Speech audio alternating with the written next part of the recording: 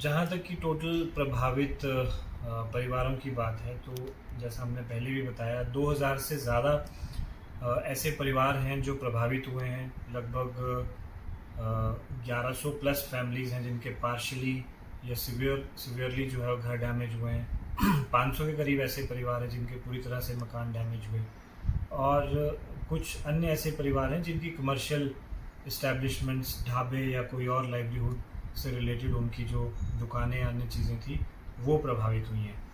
तो 6 करोड़ की राहत राशि जो है वो अभी तक प्रशासन द्वारा बांटी जा चुकी है, और मैक्सिमम ऐसे लोग जिनका कंप्लीट डैमेज है उन तक हम पहुंच चुके हैं और उनको और राहत जो है वो दी जा चुकी है। ऐसे लोग जिनका पार्शियल डैमेज है उनकी असेसमेंट अभी भी चल रही है और उस पर काम जो है किया जा रहा है कि उनको भी जल्दी ये राहत राशि प्रदान की जाए। इसके अलावा आज सभी विभागों के साथ एक रिव्यू बैठक भी करी गई, जिसमें जो हमारा रिस्टोरेशन का प्रोसेस है उसको रिव्यू किया गया। उसके साथ साथ जहाँ जहाँ पे अब रोड्स का रिस्टोरेशन हो गया है वहाँ पे कितना जल्दी हम लोग पब्लिक ट्रांसपोर्ट को शुरू कर सकें, इस बारे में भी आज चर्चा की गई।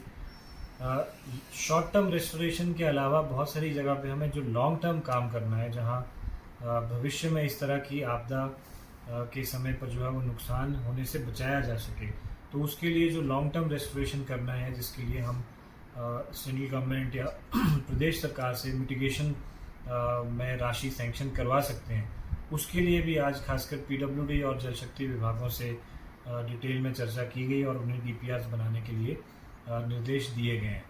तो इस तरीके से सभी इम्पॉर्टेंट विषयों पे आज चर्चा की गई। जहाँ जहाँ पे हमें इमीडिएट ब्रिजेस का रिस्टोरेशन का काम इम्पॉर्टेंट है उसको भी प्रायोरिटाइज किया जा रहा है। तो फोकस यही है कि हम जल्द से जल्द बचे हुए जो हमारे बैलेंस बाकी रोड्स हैं उनको भी टेम्परेली रिस्टोर करें और पब्लिक ट्रांसपोर्ट को भी रिस्टोर किया जा सके, ताकि लोगों को आने जाने में दिक्कत ना आए।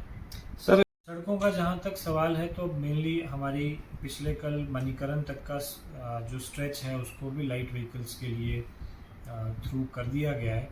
आज हमारा जो कंडी कटौला वाला स्ट्रेच था जो 2-3 दिन से अफेक्टिव था, उसको आज हेवी व्हीकल्स के लिए भी बहाल कर दिया गया है।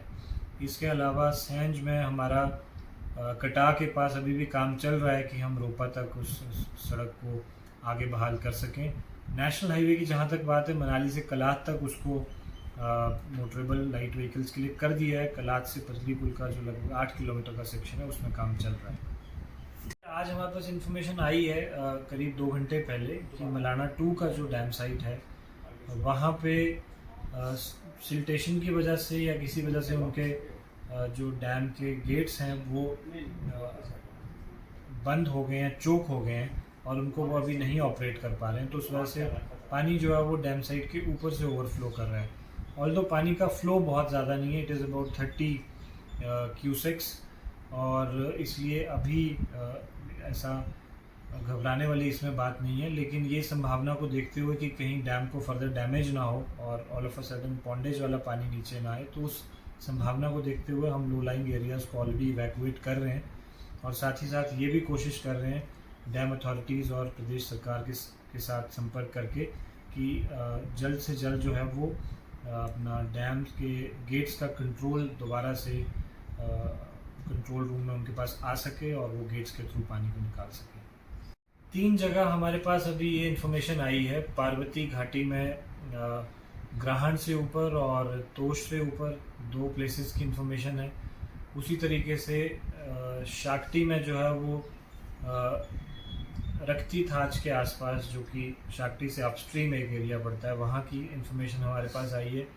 तो हम लोग ग्राउंड टीम्स को भी कल इन लोकेशंस पे भेज रहे हैं, जिनमें हमारी माउंटेनियरिंग इंस्टीट्यूट की टीम का दल, जिनके साथ कुछ वोटर्स और वेटनरी के लोग भी उनके साथ जाएंगे, ताकि अगर पशुओं को कोई बीमारी या उनको कोई उनके चेकअप की आवश्यकता हो और कोई मेडिसिन वगैरह की आवश्यकता हो तो वो एस्पेक्ट को भी देखा जा सके।